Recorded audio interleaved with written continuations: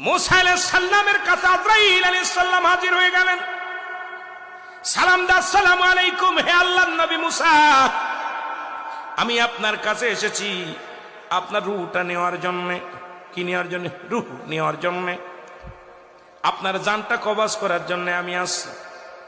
মুসা কয়, ও আজরাইল, কে পাঠাইছে তোরে? আল্লাহ পাঠাইছে। কেটা পাঠাইছে? আল্লাহ পাঠাইছে। আপনার বয়স হয়ে গেছে, এখন মাজা বেঁকা হয়ে গেছে, চুলগুলো পাক ধরেছে, দাড়িগুলো পাক ধরেছে, আর কতদিন থাকবেন? যাবার সময় হয়ে গেছে, আপনার এখনই চলে যেতে হবে, আমার আল্লাহ পাঠাইছে আপনার কাছে। বলে, আজরাইল রে, তুমি তো আমার নিতে আসছো, আমার কোন জায়গা দিয়ে ঢুকবা একটু জানতে চাই। আমার ভিতরে তো ঢুকবা, এই বুকের ভিতর থেকে রুহটা তুমি সেনায় নিবা, কলিজাটা নিয়ে যাবা, ছিঁড়ে নিয়ে যাবা।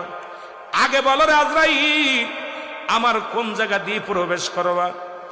আজরাইল কয়, আল্লাহর নবী মুসা রে, ইমানদারের রুহটা নিব আমি, গলা থেকে শুরু করে মাথা পর্যন্ত যত ছিদ্রা আছে।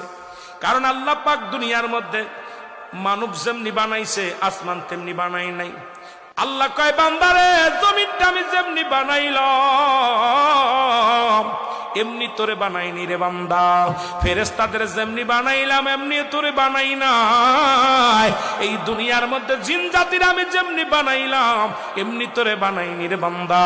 তোরে বানাইছি আমি আমার কুদরতি হাত দিয়া। এই জন্য ইমানদারের রূহটা আমার আল্লাহ পাক এই মুখের ভিতরে দিয়া, ওই কান দিয়ে নাই, চোখ দিয়া নাই, গাল দিয়া নাই, নাক দিয়া নাই, মাথা দিয়া আমার আল্লাহ আজরাইলকে বলছে যে তুই ইমানদারের রূহটা নিবি, অত্যন্ত আসানে। এই জন্য ইমানদারের চোখ দুটি অনেক সময় বিট করেছে, দেখে চোখ দিয়া যখন জানটা বাইর হয়ে যায়, এই মুখের মধ্যে মিষ্টি একটা হাসি লেগে থাকে রে। চোখটা দিয়া ছায়া দেখে দুনিয়ার জমিনটা। জোরে জোরে বলো আল্লাহু আকবার। আমার ভাইরা, আমার বন্ধুরা, আমার আজরাইল ডাকতে বলে, নবী মুসা গো,